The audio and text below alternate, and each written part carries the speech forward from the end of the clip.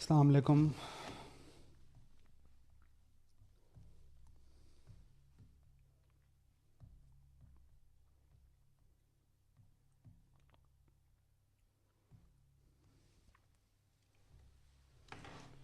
चलें, so last time जहाँ तक किया था इससे आगे बढ़ते हैं। सो आई थिंक कि हम लोगों ने ये फिलामेंट लैम्प डेफिनेटली कर लिया था, और डायोड की भी थोड़ी सी आई थिंक हम लोगों ने बात कर ली थी, राइट।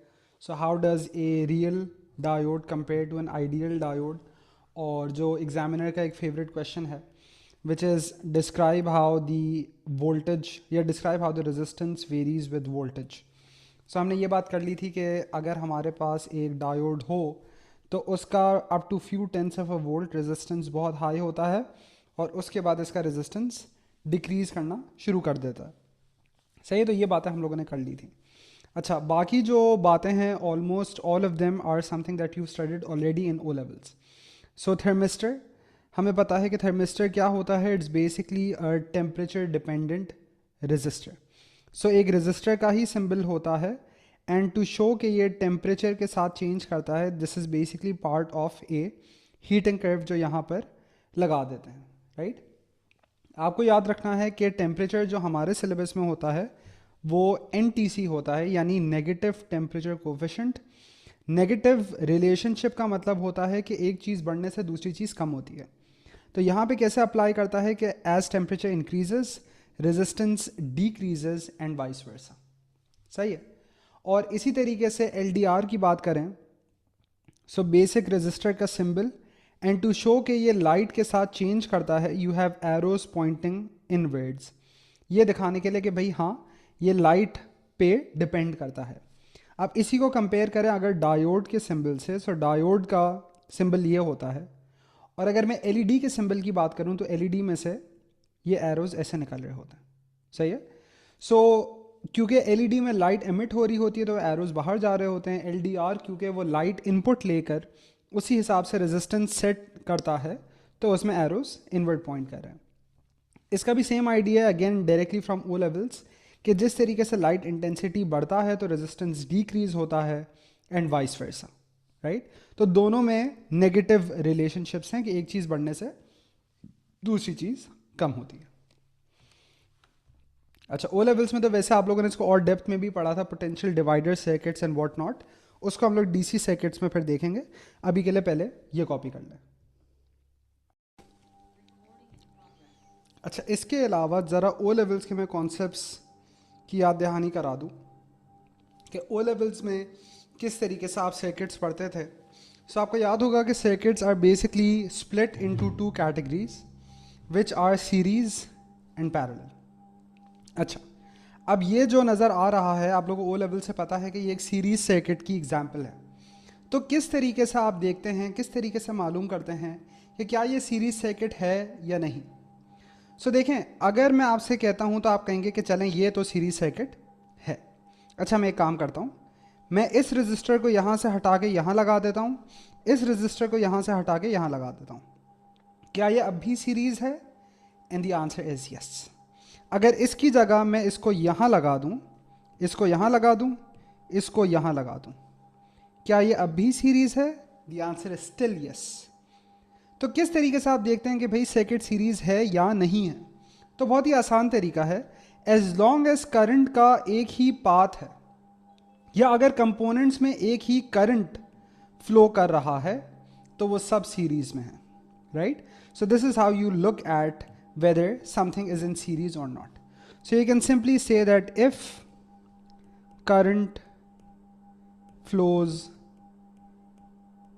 in one path, या अगर ऐसे कह देता हूँ, हाँ, if current flows in one path, तो ये आपकी सीरीज सर्किट की मिसाल है। सही है। तो एज लॉन्ग एज अगर आपके पास एक ही क्या कहते हैं करंट का पाथ है, जैसे कि यहाँ पे नज़र आ रहा है, ये ही एक ही रास्ता चल रहा है, तो ये सब आपस में सीरीज में है। So if current flows in one path, this is a series circuit. अच्छा, इसके अलावा और क्या बातें करते हैं? सो आपको पता है कि सीरीज सर्किट में क्या चीज़ सेम होती है? Current, right. और उसमें चेंज क्या होता है? Voltage across each component. अच्छा, अब यहाँ ज़रा फोकस करते हैं कि यहाँ क्या लिखा हुआ है। यहाँ लिखा हुआ है that voltage is split in proportion या basically in direct proportion to resistance. अच्छा, इसका क्या मतलब है? अगर हम सिर्फ इस मैथ को ट्रांसलेट करें तो इसका मतलब तो ये है कि भाई जिसका रेजिस्टेंस ज़्यादा है उसका क्रॉस वोल्टेज भी ज़्यादा है। But how does the math work out? Let me write an equation that we use now, V equals I R, right? तो यानी सारे रेजिस्टर्स के लिए करंट तो सेम है। इसका मतलब है V is basically proportional to R, यानी जिसका रेजिस्टेंस ज़्यादा उसके अक्रॉस वोल्टेज भी ज़्यादा होगा फिर, ठीक है? Heavier resistor more voltage across it. अच्छा, यहाँ पे एक और रूल है जिसको हम लोग आगे डीसी सर्किट्स में एक लॉ का नाम देंगे, वो आप लोग देखेंगे, which is basically that the sum of potential differences should give you the sum of the EMF again. अच्छा, EMF के बारे में हमने पढ़ा है that that's basically the work done by the cell on a unit charge, right? ये EMF है। और potential difference क्या है? जो यहाँ है, यहाँ है, यहाँ है। So we say that this is the work done by a unit charge and going through a component. सही है। अगर आप पास पेपर्स देखेंगे तो आपको ऐसे अक्सर सवाल नजर आएंगे। एग्जामिनर कहता है distinguish between potential difference and EMF based on energy considerations, ठीक है? तो आइडिया ये है कि ईएमएफ तो वो है जिसने चार्ज को एनर्जी दिया और चार्ज बेसिकली उसी एनर्जी को इस्तेमाल करेगा in going through these components. तो ये तो एक तरीके से बस कॉन्जर्वेशन ऑफ एनर्जी है कि यानी जितना एनर्जी इससे मिला उतना ही यहाँ यहाँ यहाँ इस्तेमाल होगा। So sum of potential differences equal sum of EMF. तो उसको एक इक्वेशन की शक्ल में अकॉर्डिंग टू दिस सर्किट में ऐसे लिख सकता हूँ, E equals V1 plus V2 plus V3। सही है? ये सारी चीज़ें ओ लेवल्स में इस्तेमाल होती हैं, तो मैं तो इसको बस रिवाइज ही करा रहा हूँ। तो फ़र्ज़ करें अगर मैं आपको बताता हूँ कि EMF 12 वोल्ट है, ये 6 वोल्ट है, ये 4 वोल्ट है, तो क्या आप बता सकते हैं V3 कितना होगा? Using this very idea.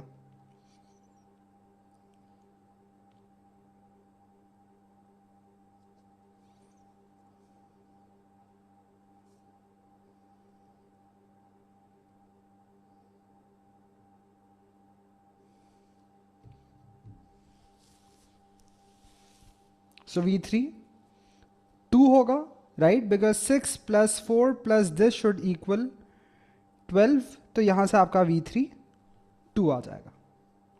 सही है? सो ये इसका बेसिक आइडिया है। अच्छा, अब हम आते हैं ज़रा सा टूवर्ड्स पैरेलल सर्किट्स। सही है? तो सीरीज सर्किट का आइडिया यहाँ ख़त्म होता है। अब पैरेलल सर्किट्स की ड्राइंग में ही एग्जामिनर आपको फंसाता है, जहाँ वो आपको इस चीज़ में कंफ्यूज करता है कि यार ये सीरीज़ है या पैरेलल है, and he makes very weird drawings for that purpose. सही? तो अजीब व गरीब से ड्राइंग बनाएगा और आपको कंफ्यूज करने की कोशिश करेगा कि भाई ये वाकई में कौन सी सर्किट की ड्राइंग है। अच्छा, अब अगर मैं बताऊं ओ लेवल्स में, तो ओ लेवल्स में आपने ये देखा होगा और मोस्ट प्रॉब्ली ये देखा होगा और शायद ये देखा होगा, right? All of these are basically the same. ये सारे जो सर्किट डायग्राम्स बने हैं ये एक ही सर्किट की अलग अलग रिप्रेजेंटेशंस हैं जो कि एग्जामिनर बना सकता है, ठीक है? अच्छा, सो पैरेलल सर्किट्स को किस तरीके से जज करते हैं कि भाई ये सर्किट पैरेलल है या सीरीज है? बहुत ही बेसिक आइडिया है that if current branches out,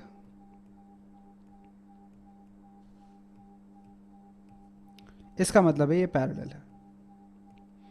जहां करंट मल्टीपल रास्तों में स्प्लिट हो गया यानी ये पैरेलल सर्किट है। सही है? अब सबसे लेफ्ट वाले डायग्राम को देखें तो फर्ज करें कि ये सर्किट का करंट यूं आ रहा है I, तो क्या होगा कि ये हर ब्रांच में उसी हिसाब से स्प्लिट करेगा। तो जब ये करंट I यहां पर भी आ जाएगा तो यही वाला करंट आपका स्प्लिट होगा in these different branches. Let's call this one I1, let's call this one I2, and let's call this one I3। So her branch में क्योंकि आपका करंट स्प्लिट हुआ है तो ये पैरेलल सर्किट है। इन रियलिटी ऐसा नहीं होता।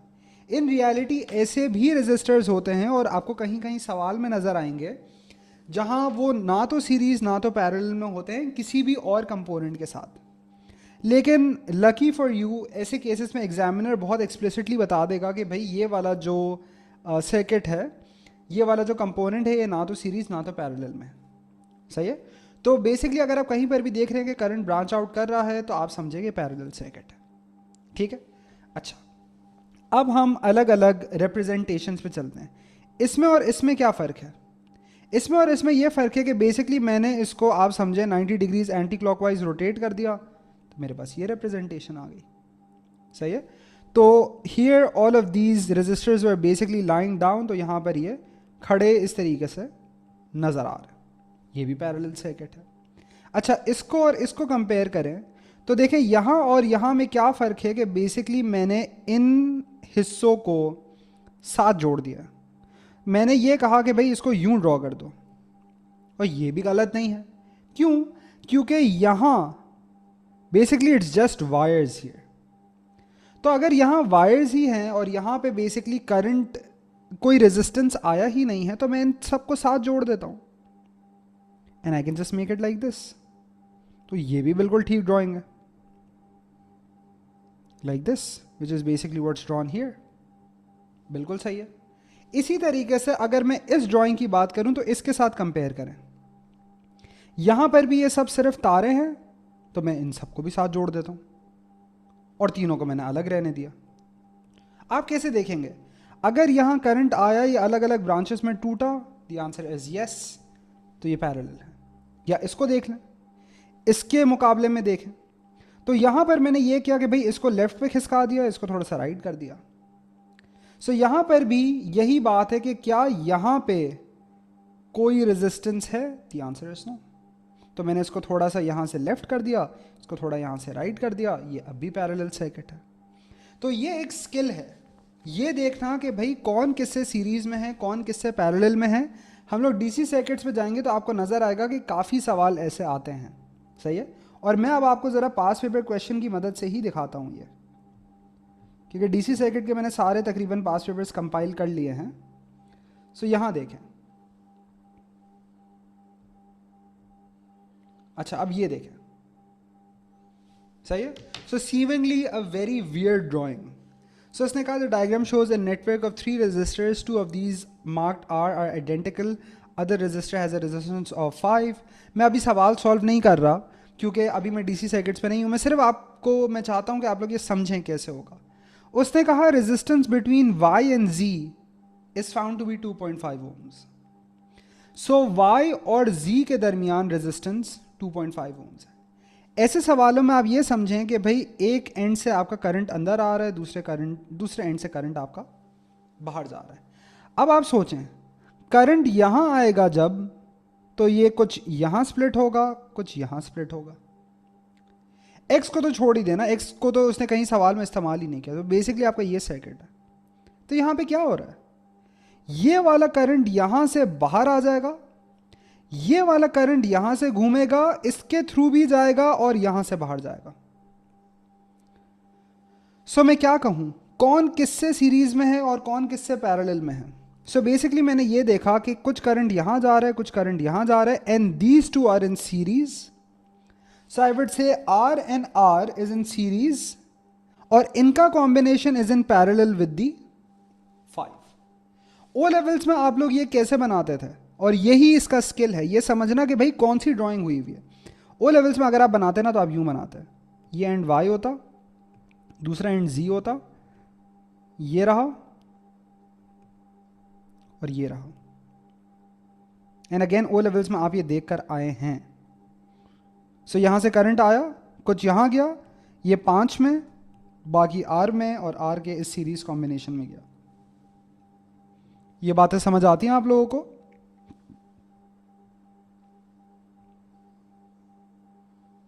All right.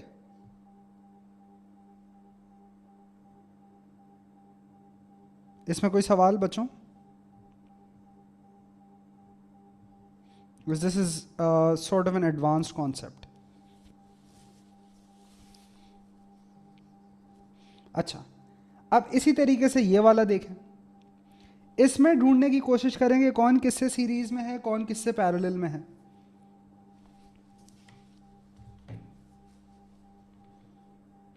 By the way, जब हम ये डीसी सर्किट्स में करेंगे तो मैंने एक अलग यानी कुछ सवाल निकाले और उसका लिटरली सब टॉपिक का नाम ही है weirdly drawn circuits.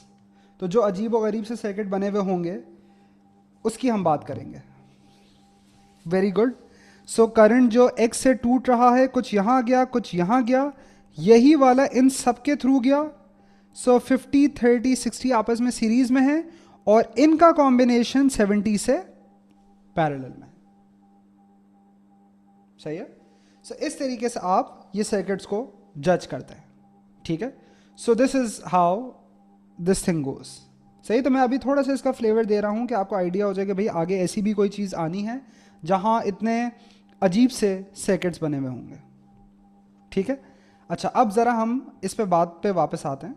So parallel circuits में आपको पता है कि भाई वोल्टेज सेम रहता है. सो सीरीज में करंट सेम, पैरेलल में वोल्टेज सेम. यहां लिखा है current splits in inverse proportion to the resistance. Now what does this mean? अगर मैं यहां भी लिखूं V equals to I R, इस बार क्या कांस्टेंट है? इस बार V कांस्टेंट है. तो क्या मतलब हुआ? रेजिस्टेंस ज्यादा तो करंट कम. That's why it says current splits in inverse proportion to resistance. और एक और आइडिया यहां पे कि बेसिकली जो आपका यहां पे करंट आ रहा था, जो बैटरी ने भेजा था, वही इन ब्रांचेस में स्प्लिट हुआ है. सो आई कैन ईजिली से कि जो भी यहाँ पे इनकमिंग करंट था वही अलग अलग ब्रांचेस में स्प्लिट हुआ है. तो यहाँ से क्या इक्वेशन बन सकती है in terms of I1, I2 and I3? तो मुझे ये नज़र आ रहा है कि भाई जो I इनकमिंग करंट था वही अलग अलग ब्रांचेस में टूटा है. सो this is how the equation goes.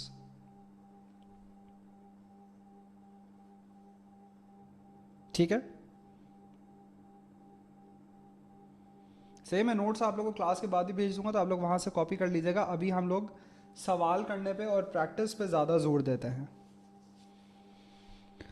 अच्छा, बाकी बात है अगेन ओ लेवल्स वाली. तो आपको पता है करंट मेजर करते हैं एमीटर के ज़रिए. आपने लैब्स में भी हो सकता है किया हो. सो एमीटर सीरीज़ में लगता है क्योंकि सीरीज़ में करंट सेम होता है और इसका काम है करंट मेजर करना. वोल्ट मीटर जो है वो पैरेलल में लगता है, उसका काम होता है वोल्टेज मेजर करना, और पैरेलल में इस वजह से लगाते हैं क्योंकि उसमें वोल्टेज सेम होता है. ठीक है. ये वाली बात है आप लोग वैसे लैब में करते हैं. So it's not really very important for theory. Experiment to measure resistance, ये भी ओ लेवल्स में आप लोग करते आते हैं. अच्छा, सो लैब में भी आप लोग के पास ऐसा एक्सपेरिमेंट आ सकता है. सो इसमें आपको पता है कि भाई अगर मैंने रेजिस्टेंस वायर का क्या कहते हैं रेजिस्टेंस ढूंढना है तो इसके पैरेलल में वोल्ट मीटर लगाऊंगा और इसके सीरीज़ में एम मीटर लगाऊंगा. वोल्ट मीटर बेसिकली या मैं यू ड्रॉ कर सकता हूँ या यू ड्रॉ कर सकता हूँ. बेसिकली यही दो पॉसिबिलिटीज़ हैं. लेकिन एम मीटर क्योंकि सीरीज़ में है तो मैं यहाँ लगा दूँ या यहाँ लगा दूँ या यहाँ लगा दूँ, कहीं पर भी ड्रॉ कर दूँ, it all means the same thing. लेकिन क्योंकि आपको मल्टीपल सेट्स ऑफ रीडिंग्स चाहिए और आपको पता है कि प्रैक्टिकल में क्या होता है स्टैंडर्ड हमारे बोर्ड में कितनी रीडिंग्स लेनी चाहिए. क्वेश्चन नंबर 1 में क्या कहता है कितनी रीडिंग्स लेनी होती हैं? 6 readings, right. So 6 is pretty much a standard, right. तो मतलब आपकी जो 6 रीडिंग्स होंगी उससे आपका टेबल बनता है ना. मूवल वो तो क्वेश्चन नंबर 2 में 2 होता है. तो तभी आपको याद है ना कि उसमें आप इम्प्रूवमेंट और एरर में कहते हैं that 2 readings are not enough to draw a conclusion. और फिर आप कहते हैं कि मतलब take more readings and plot a graph and all of that stuff. ठीक है.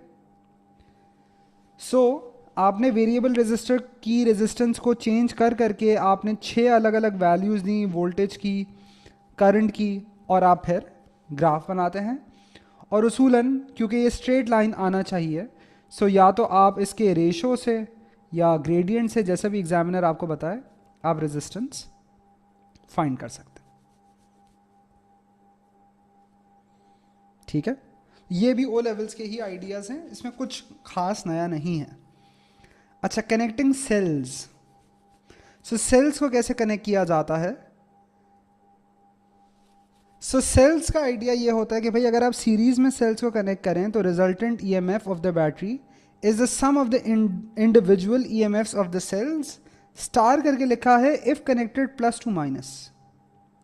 तो मतलब अगर आप प्लस माइनस कनेक्ट करेंगे तो आपका क्या कहते हैं, ईएमएफ के लिए वो ऐड होगा।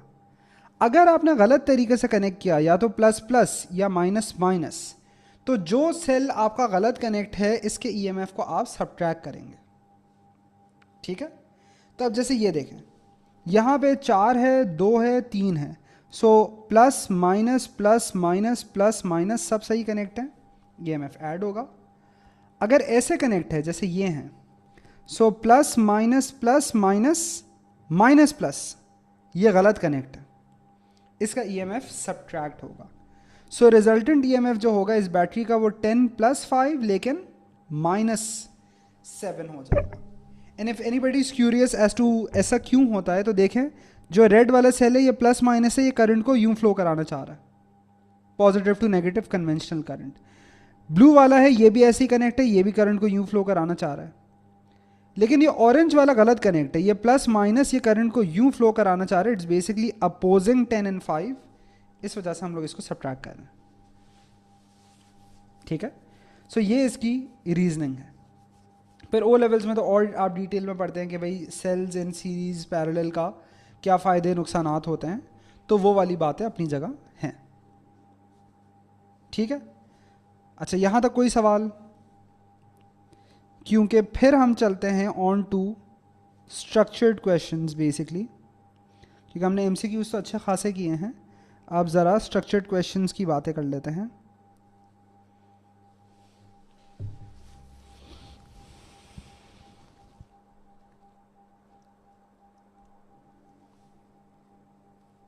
ये सवाल हमने एक ज़माने में किया था साथ, जब हम डायोड वाले सवाल कर रहे थे। तो कुछ और चीज़ें देखते हैं। Let's start doing a question like this.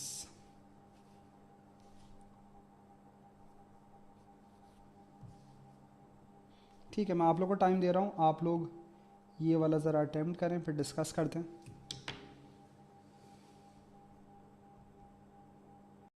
सही है, तो ये तो इस पार्ट का जवाब था। अब आगे देखते हैं। Two identical filament lamps are connected in series and then in parallel to a battery of EMF 12 volts and negligible internal resistance as shown in 6.1a and in 6.1b। तो दोनों सेम ही lamp हैं, एक बार series में लगाते हैं, दूसरी बार parallel में लगाते हैं। ठीक है, अच्छा ओ लेवल्स में आपको पता है कि ऐसा सवाल बहुत ही कॉमन था, जहाँ वो पूछता था कि भाई पैरेलल में लगाते हैं तो why do these lamps glow brighter and so on and so fourth. अभी हम देखते हैं कि ये सवाल क्या पूछता है।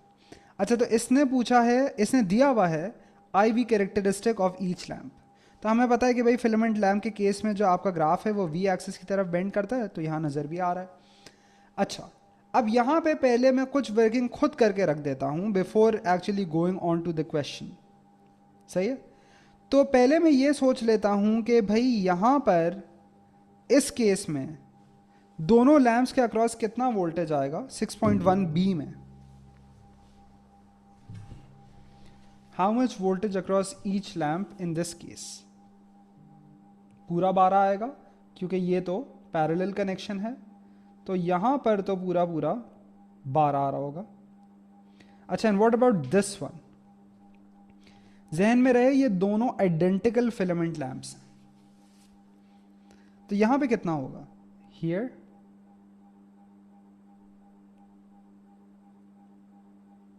And here. तो देखें ना, अगर ये दोनों आइडेंटिकल लैम्प्स हैं या दोनों आइडेंटिकल रेजिस्टर्स हैं, तो आपने पढ़ा होगा ओ लेवल्स में समथिंग कॉल्ड वोल्टेज डिवीजन। मतलब ये दोनों वोल्ट ईएमएफ के इक्वल शेयर्स लेंगे, तो 12 में से आधा यहाँ आएगा, आधा दूसरी तरफ जाएगा। सो 6 आपको दोनों तरफ मिलेगा, right? So basically in this case आपके पास यहाँ पर भी 6 होगा और यहाँ पर भी उसी हिसाब से 6 होगा। ठीक है, अब इस हिसाब से हम सवाल पढ़ना स्टार्ट करते हैं। तो सवाल क्या पूछ रहा है?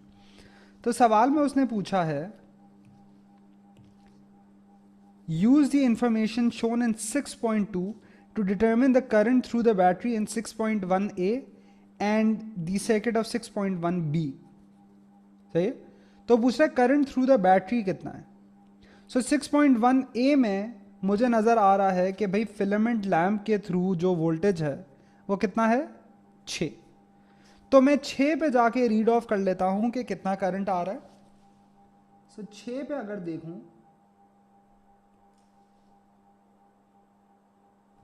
तो ये करंट का वैल्यू जो है दिस इज 2.8, राइट। तो इसका क्या मतलब हुआ? इसका मतलब हुआ कि यहां पे जो आपके पास करंट है ये 2.8 है, राइट, और यहां पर भी 2.8 है। तो बैटरी के थ्रू कितना है? Keep in mind this is a series circuit. So battery के थ्रू कितना है? बैटरी के थ्रू भी 2.8 है, right, because this is a series circuit.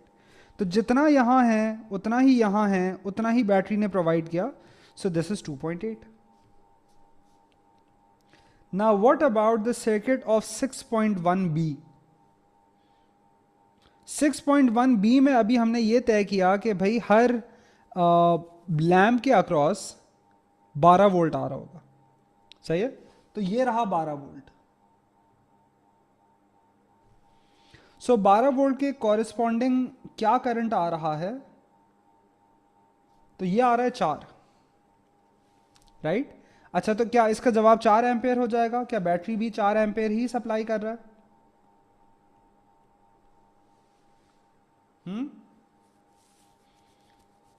Battery ने कितना करंट भेजा होगा यहां से?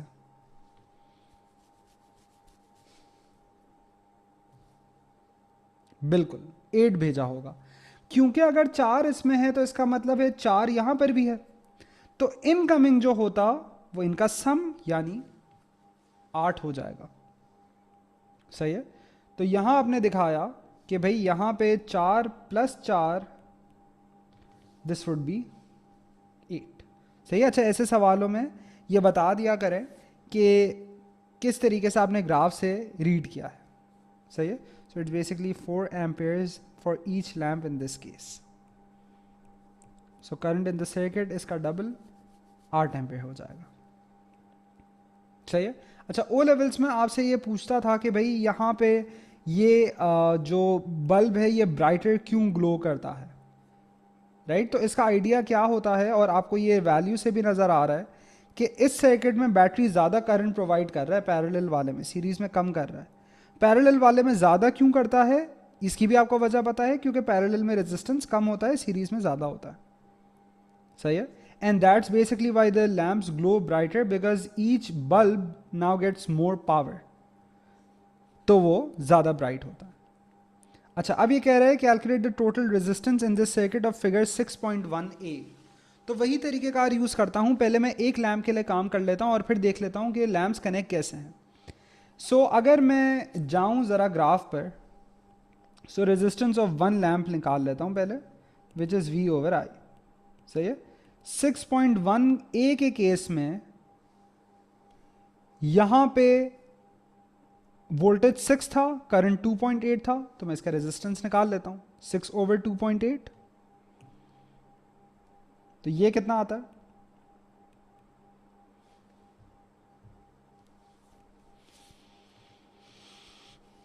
I think this is 2.1। ये एक लैम्प का रेजिस्टेंस है, तो टोटल रेजिस्टेंस कितना होगा? ये सीरीज कनेक्शन है, सो उसका डबल, राइट। सो 2.1428 का डबल आप करेंगे तो मेरे ख्याल से 4.3 आ रहा होगा टू 2SF, 4.28 आ रहा होगा, सो 4.3। तो ये आपका इसका जवाब हो गया। What about the circuit of 6.1b? Do not make the mistake of using the same resistance value here. सही है, क्योंकि आपको पता है फिलामेंट लैम्प का रेजिस्टेंस कांस्टेंट थोड़ी होता है, कोई नॉर्मल रेजिस्टर थोड़ी है। इसका रेजिस्टेंस आपको फिर से निकालना पड़ेगा, ये देख कर के 6.1 बी में वोल्टेज कितना था, करंट कितना था। सो यहां पर वोल्टेज 12 था तो आपका करंट 4 था। सो लैम्प का रेजिस्टेंस इस केस में 12/4 यानी कि 3 एम्पेयर आ गया। क्या यही चीज़ आपने थ्योरी में नहीं पढ़ी थी? यहां पे क्योंकि वोल्टेज ज़्यादा है तो इसका रेजिस्टेंस भी ज़्यादा आ रहा है। अच्छा मैंने गलती से ए लिख दिया, this is suppose to be ohms, तो ये इसकी लॉजिक है।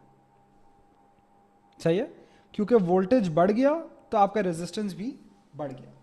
अच्छा ये दोनों पैरेलल में लगे हैं, तो उसूलन अगर आपने ओ लेवल्स अच्छे से पढ़ा है, you don't need to use either the formula और divide with what do you call it, product over sum, आपको करने की ज़रूरत ही नहीं है। आपको पता है कि भाई पैरेलल में लगे हैं, तो जैसे सीरीज में यहाँ पर आपने डबल किया है, पैरेलल में इसी तरीके से डिवाइड बाई 2 कर देंगे। सही है, तो आप सीधा सीधा ये कह देंगे कि 3 divided by 2 which is 1.5 ohms. 12/2.8 से भी आप कह रही हैं कि सेम आ रहा है, राइट? बिल्कुल आना चाहिए। क्यों? क्योंकि देखें ना 12 क्या है, सॉरी 12/8 से आप कह रही हैं, right? Let me just see. अच्छा आप इसकी बात कर रही हैं, तो देखें ना आप इस केस में टोटल रेजिस्टेंस कैसे निकाल रही हैं, जैसे कि ऐसे सवाल में निकालते हैं कि total resistance is voltage over current, या in fact this is a smarter way then, right? कि मतलब 12 वोल्ट है और करंट 2.8 है, तो सामने बैठा पूरा रेजिस्टेंस वो आपके पास डायरेक्टली आ जाएगा। इसी तरीके से अगर इस केस में करना होता तो 12 वोल्ट है, करंट 8 है, तो सामने रेजिस्टेंस 12/8 है। ये भी सही है, in fact that's the faster way. अच्छा ये करते हैं आप, इन सवालों में कोई मसला?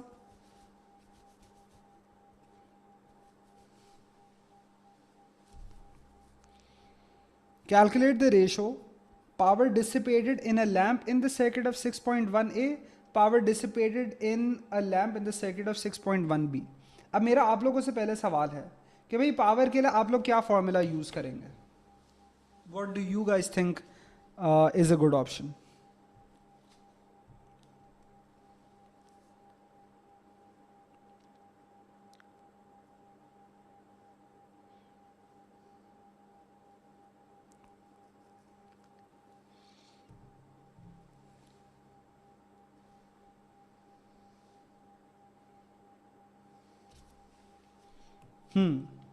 उसने पूछा power in a lamp in 6.1A divide by in 6.1B।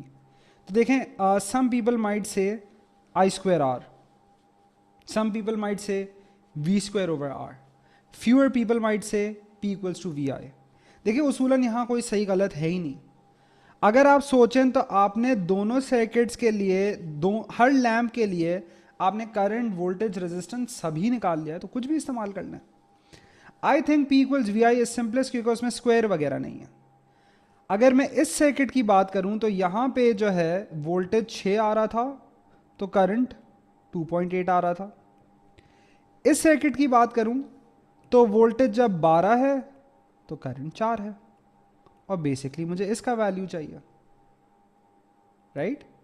सो इसी चीज़ को आपने बस इवैल्यूएट करना है और वो इसका जवाब हो जाएगा। And my theory is so strong कि मुझे पता है कि इसका जवाब लेस देन 1 आना चाहिए, क्योंकि पैरेलल में वोल्टेज, पैरेलल में ज़्यादा पावर डिलीवर होता है और सीरीज में कम होता है, right? So it's going to be something less than 1। बताएं कितना आता है?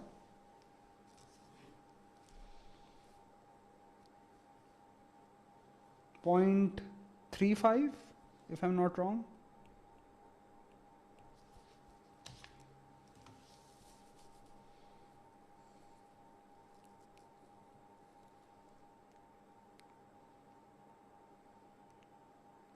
डन बच्चों, इसमें कोई मसला? सही। अच्छा करंट इलेक्ट्रिसिटी के जो पुराने सवाल हैं उसमें रेशो क्वेश्चंस भी काफ़ी आते हैं, हम लोग ज़रा वो भी समझने की कोशिश करते हैं। Try to do something recent. Like even more recent, ये भी रिसेंट ही है वैसे तो, 22 है।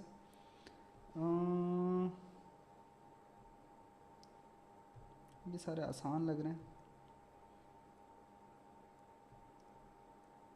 भी आसान लग रहा है,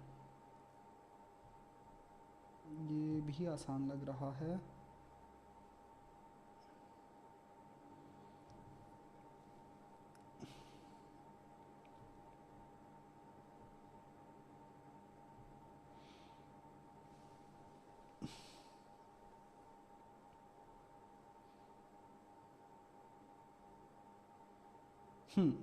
Okay, let's try out this one.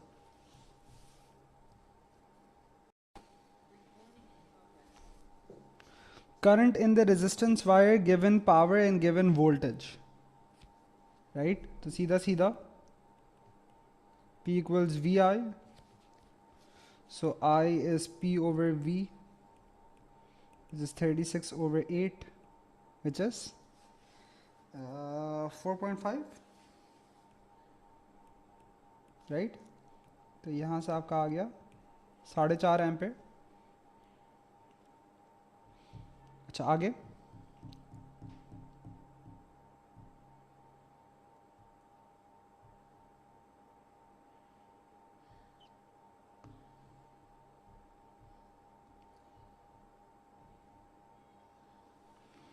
Number of free electrons passing in a time of 50 seconds, सही है।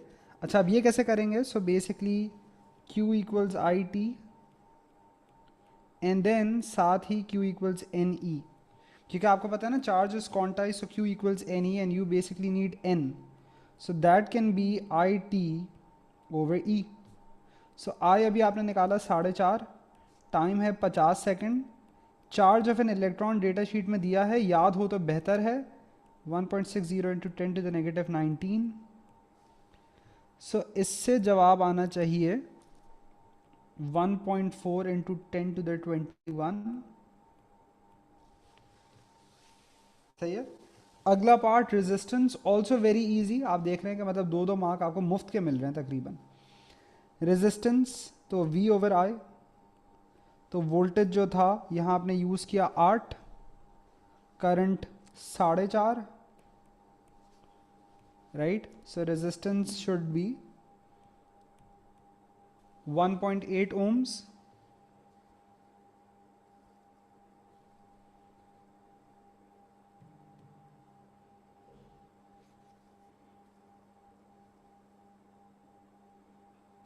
ठीक है।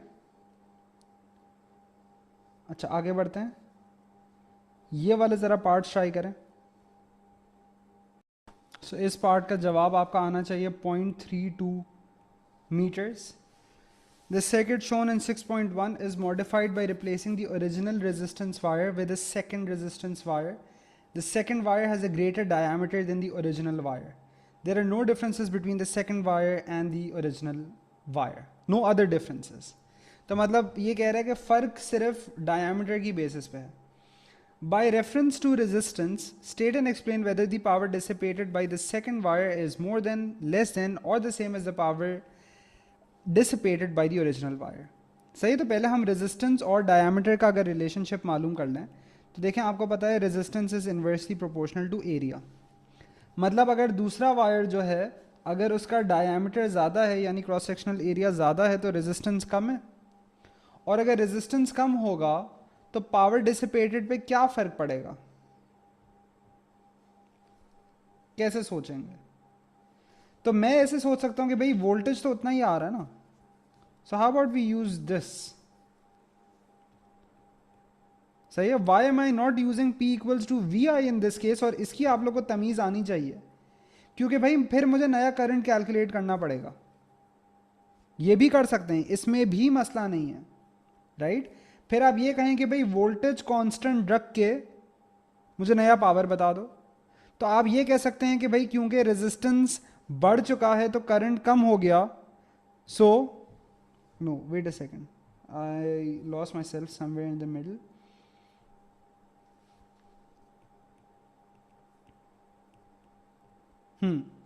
अच्छा लेकिन उसने कहा है ना कि आप बताएं इसके हिसाब से ही, करंट के हिसाब से ना, आप रेजिस्टेंस के हिसाब से बताएं। तो देखिए मैं क्या कहूँगा, पहले मैं ये कहूँगा सेकेंड वायर हैज़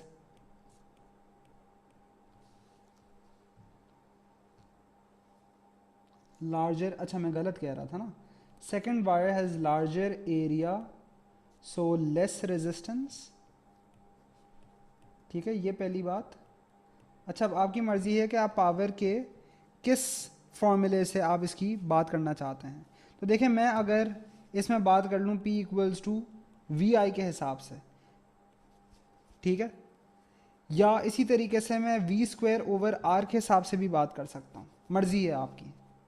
ठीक है, तो यहाँ मैं ये कह रहा हूँ कि भाई वोल्टेज सेम है ना, वही बैटरी कनेक्ट है तो उतना ही वोल्टेज आ रहा है।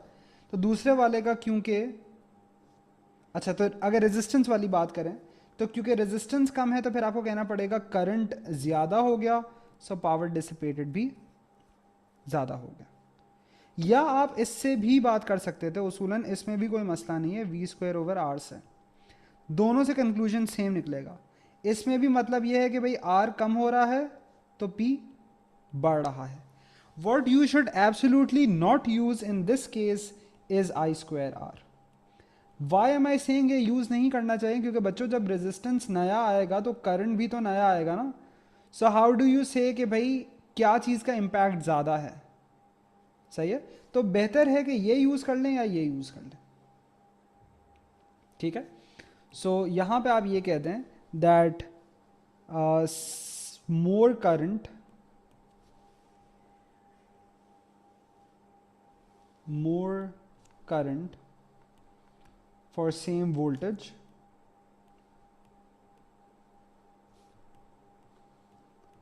so more power dissipated। सही है, तो ये वाले पावर के एनालिसिस वाले क्वेश्चंस का जवाब देना बहुत ज़रूरी है। और जैसा आपको याद है कि भाई वेव्स में भी अगर सवाल होते थे, समझे एग्जामिनर बहुत ही बेसिक सवाल पूछता था कि भाई बताओ ट्रांसवर्स वेव क्या है, लॉन्गिट्यूडनल वेव क्या है, तो वो ऐसे सवालों में कहता है by reference to transfer of energy या by reference to energy propagation, right. तो आपको फिर उस हिसाब से ही बताना है। कोई अगर फ़र्ज़ करें यहाँ पे ऐसा कहता कि क्या कहते हैं I equals A N V Q, area ज़्यादा तो करंट ज़्यादा, और करंट ज़्यादा से पावर ज़्यादा, इस रीज़न में कोई मसला नहीं है।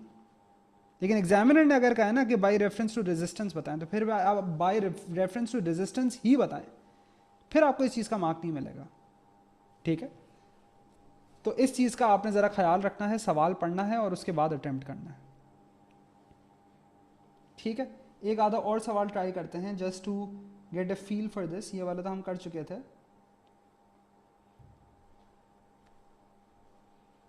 लेट्स ट्राई टू डू एक आधा और अच्छा सवाल है। रेशो वाले तो अच्छे खासे हम लोगों ने एमसीक्यूज में ही कर लिए थे, but there is a couple of questions. एक मुझे बहुत पसंद है इसमें, विच इज़, या इट्स दिस वन। ये भी अच्छा अच्छा सवाल है, मज़ेदार है। ये है या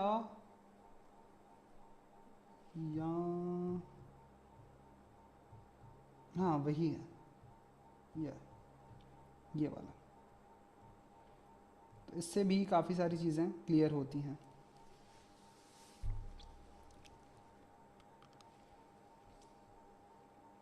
this is a good question.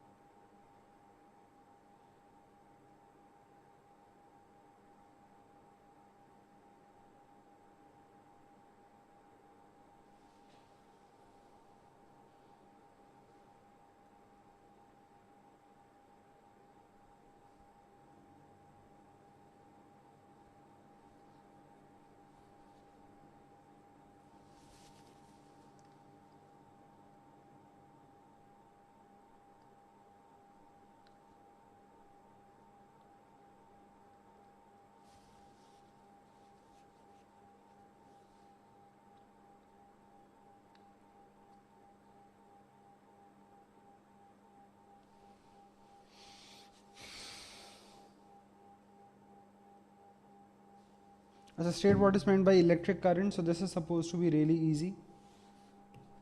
So rate of flow of charge,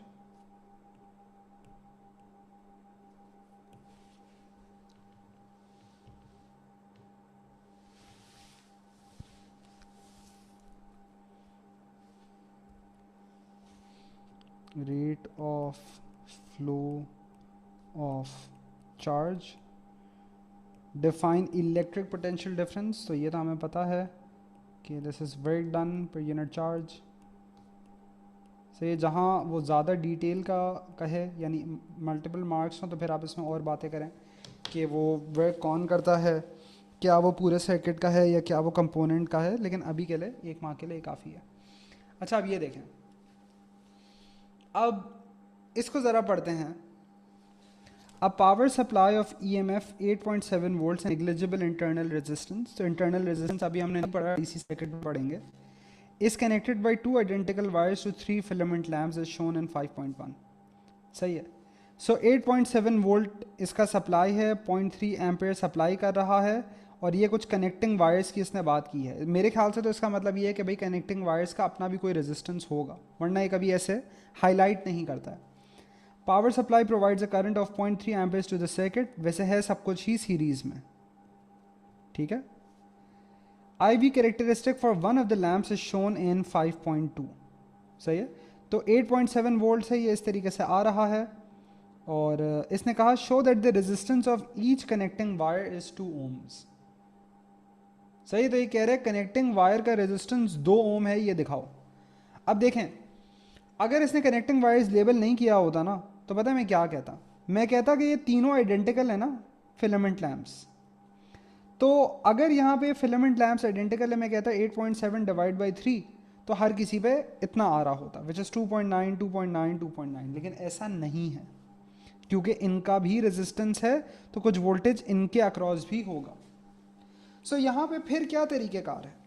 फिर तरीक़ेकार ये है कि भाई मैं देख लेता हूँ 0.3 एम्पेयर पे इनके अक्रॉस वोल्टेज कितना है, क्योंकि मुझे तो ग्राफ दिया हुआ है. तो ये कर लेते हैं पहले. सो 0.3 एम्पेयर्स पे अगर मैं देखूँ, so this is my current which is this much. So I can see from the graph that the voltage is then this much which is 2.5 volts. और फिर मैं ये कर लेता हूँ कि मैं इसके हिसाब से बात कुछ कर लेता हूँ. तो इसका मतलब हुआ कि भाई 0.3 एम्पेयर्स पे इधर 2.5 वोल्ट है, इधर 2.5 वोल्ट है, इधर 2.5 वोल्ट है. सही है. 2 आइडेंटिकल वायर्स है, उसने मेरे ख्याल से हर वायर की रेजिस्टेंस की बात की, राइट, फॉर ईच. तो अगर मैं सोचूं 8.7 में से 2.5 यानी 7.5 यहां है. So 8.7 minus 7.5 is basically the voltage across the connecting wires, लेकिन ऐसे भी 2 हैं. So इसको मैं डिवाइड बाई 2 कर दूं. So 1.2 डिवाइड बाई 2 ये आता है 0.6, मतलब 0.6 वोल्ट्स यहाँ ड्रॉप हुआ होगा, 0.6 वोल्ट्स यहाँ ड्रॉप हुआ होगा.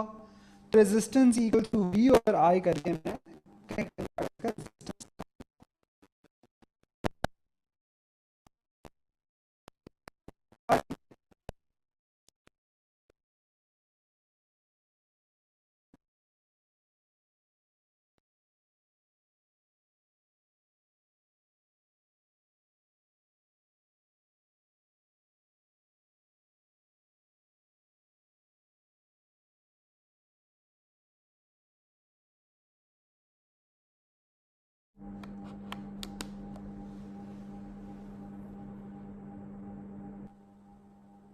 जी आखिरी चीज़ क्या सुनी थी आप लोगों ने?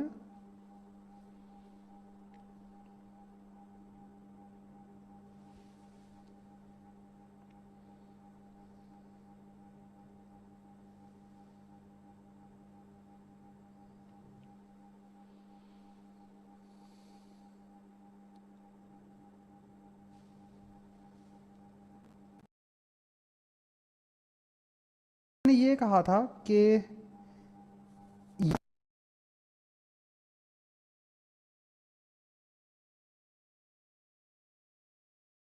लेकिन दोनों आइडेंटिकल वायर्स हैं, हेलो हेलो।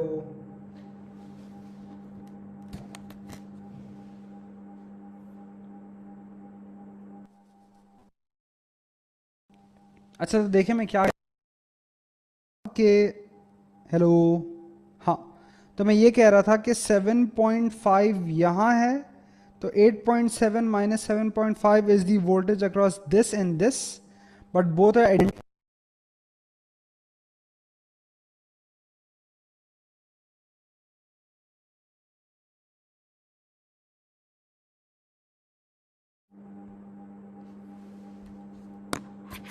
चलो मैं इसको हटा ही देता हूँ अभी के लिए। तो यानी 8.7 माइनस 7.5 ये पूरा है, जो यहाँ पर भी है यहाँ पर भी है, लेकिन आइडेंटिकल है, तो आधा यहाँ पर आधा यहाँ पर। तो मुझे 0.6 वोल्ट्स मिल गया जो इसका क्रॉस वोल्टेज है, इसके थ्रू करंट मिल गया। तो डिवाइड करके मैंने इसका रेजिस्टेंस निकाल लिया, और फिर मैंने बस ये कहा था कि इस पार्ट के लिए ही मैंने ये सवाल सेलेक्ट किया था। तो क्या आप लोगों को ये समझ आया या नहीं, like how this working basically happened. सही, तो ये थोड़ा सा टेक्निकल था करंट इलेक्ट्रिसिटी के हिसाब से भी। ठीक है। Resistivity of the metal of the connecting wires does not very with temperature. On 5.2 sketch the IV characteristic for one of the connecting wires. अच्छा ये कैसे करेंगे? कह रहा है कि इसका रेजिस्टिविटी टेम्परेचर के साथ चेंज नहीं होता, तो रेजिस्टिविटी चेंज नहीं होता मतलब रेजिस्टेंस भी चेंज नहीं होता। तो इसका ग्राफ कैसा होगा?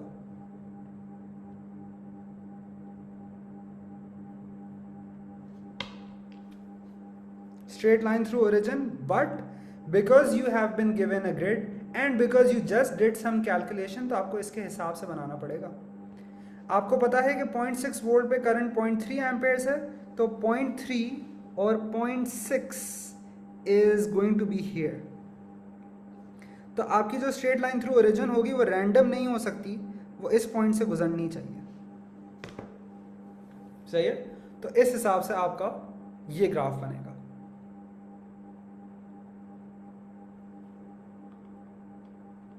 सही है। Calculate the power loss in one of the connecting wires. अच्छा क्या पता है, मेरे ख्याल से सबसे आसान P इक्वल्स वी आई, क्योंकि मुझे वोल्टेज पता है, करंट पता है। सो वी आई अगर मैं यूज़ कर लूँ, so 0.6 into 0.3 which I think is going to be 0.18 watts. ठीक है। अच्छा अगले पार्ट्स आप लोग जल्दी से ट्राई कर लें, ये भी कोई मुश्किल नहीं है।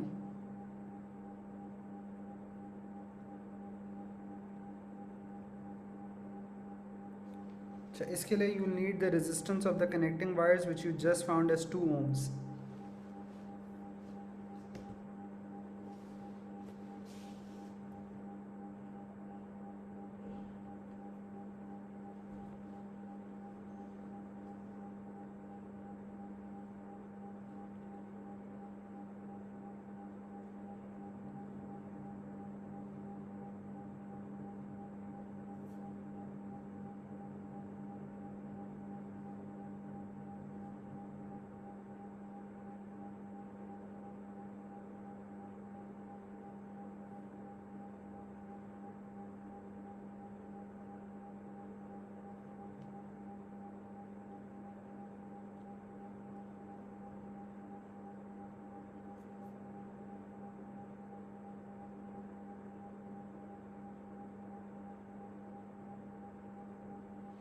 हाँ जी।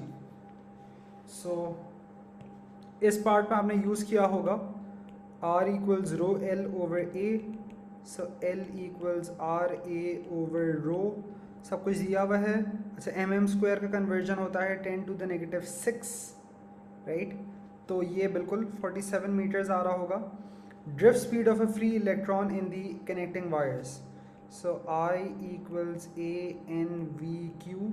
जो अभी कैलकुलेशन की तो एक का करंट 0.3 एम्पेयर्स आ रहा था, so 0.3 equals 0.4 into 10 to the negative 6 into n which is 8.5 into 10 to the 28, v आपको चाहिए, और q क्योंकि हम इलेक्ट्रॉन की बात कर रहे हैं, सो 1.60 into 10 to the negative 19, तो बस आप यहाँ से v निकाल लें।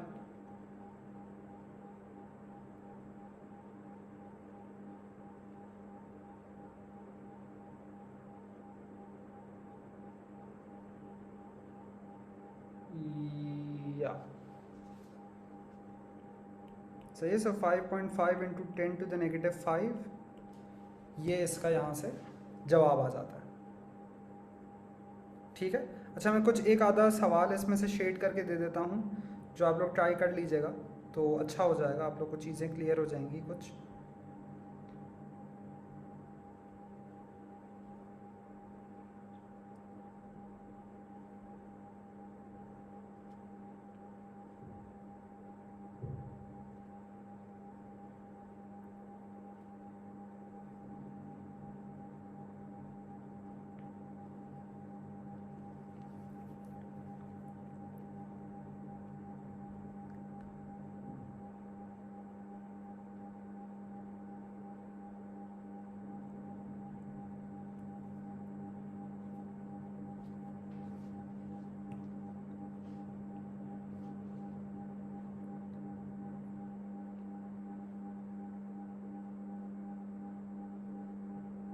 ये भी अच्छा सवाल है, रेशो से रिलेटेड। इसमें डेरिवेशन पूछी भी है, अगेन हमारे सिलेबस में इस वक्त नहीं है, लेकिन पुराने सिलेबस में थी। ये भी कर लीजिएगा, अच्छा हो जाएगा। अच्छा, ये आप लोग नहीं कर सकते, इंटरनल रेजिस्टेंस का सवाल है, ये हमने कर लिया। ये भी अच्छा सवाल है, आप लोगों को ये वर्कशीट ही अभी भेज देता हूँ।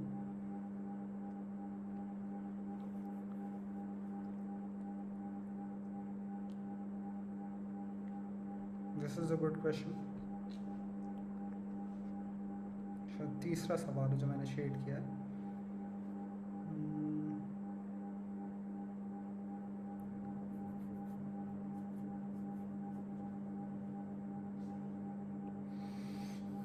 Also good question.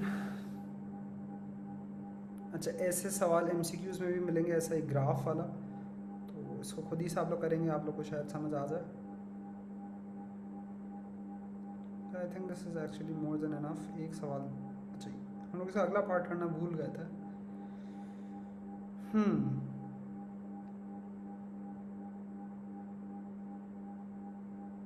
अच्छा, इनफैक्ट ये अभी देख लेते हैं क्योंकि अच्छा पार्ट है। So let's just look at this. मैं आप लोगों को बाकी वो दे दूंगा, इसकी जो वर्कशीट की शक्ल है। सो इसने यहाँ ये कहा है, ये वो रेजिस्टेंस वायर वाला सवाल था। सो इसने हमसे पहले कोई कैलकुलेशंस कराई थी, ये लेंथ निकलवाया था, फिर ये बात की थी state what power dissipated by second wires more और लेस। फिर वो कहता है the circuit shown in 6.1 is modified by connecting a second battery of EMF 8 volts and negligible internal resistance in parallel with the original battery। तो पहले सिर्फ ये और ये था, तो अब ये भी आ गया, and the original resistance wire is shown। तो कह रहा है by reference to current in the resistance wire state and explain whether the addition of the second battery causes the power in the original resistance wire to decrease, increase or stay the same। क्या कहेंगे इस बारे में?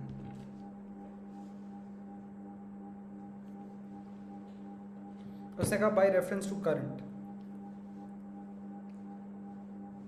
तो अभी हमने देखा ना, अगर सेल्स को पैरेलल में लगाते हैं तो क्या करंट बढ़ता है या क्या वोल्टेज बढ़ता है? No, right. सो पैरेलल में लगाने का मकसद वोल्टेज बढ़ाना नहीं होता, वो तो सीरीज का मकसद होता है। सो आप ये कहेंगे कि since EMF is the same,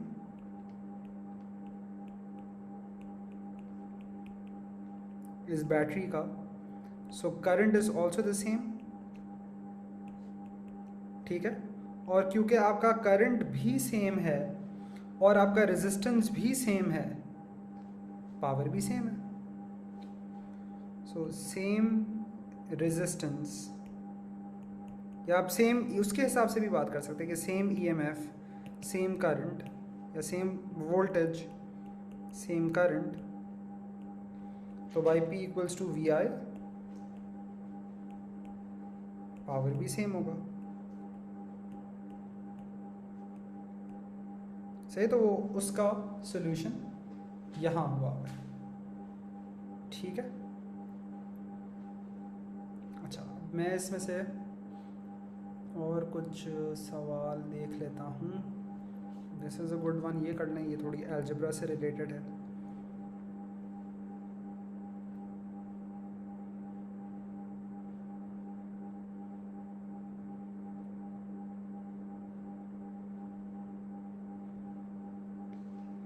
ये कर लें, ठीक है। मेरे ख्याल से स्ट्रक्चर्ड के लिए यही काफ़ी है। फिर मैं आप लोगों को बाकी के एमसीक्यूज़ जो हैं वो शेड करके नोट्स भी भेज देता हूँ और इसकी वर्कशीट भी भेज देता हूँ। ठीक है जी, चलो टेक केयर गाइस, अल्लाह हाफ़िज़।